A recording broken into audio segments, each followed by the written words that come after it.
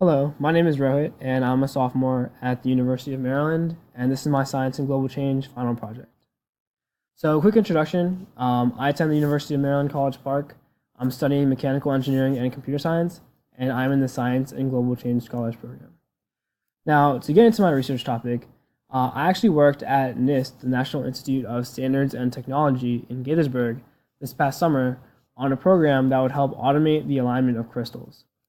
So a quick background, crystals have varying structures and orientations, and scientists often need to find out what the structure and orientation is before they can perform experiments.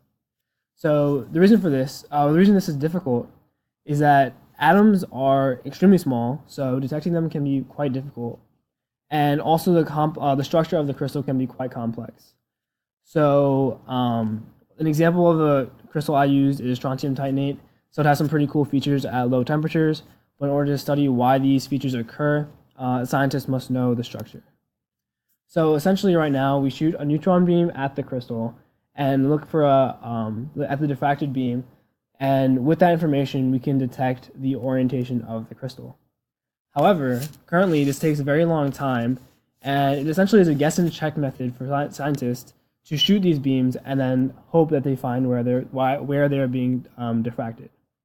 So my job was to come in and use computer science and machine learning in specific to find the solution.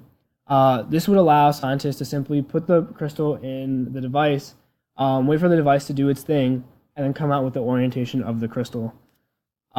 Using machine learning, this would kind of prevent the scientist from having to be there physically and rotate the crystal himself, and it would save tons of time and help them in various ways.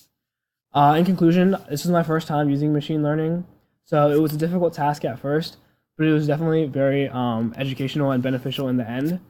The program actually wasn't complete by the summer, simply because it took multiple hours for it to run even once. So in the testing phase, it took days and days just to see if the program was working properly. However, my mentor, Dr. William Ratcliff, is still working with the program today, and hopefully it'll change the way crystals are oriented in the future.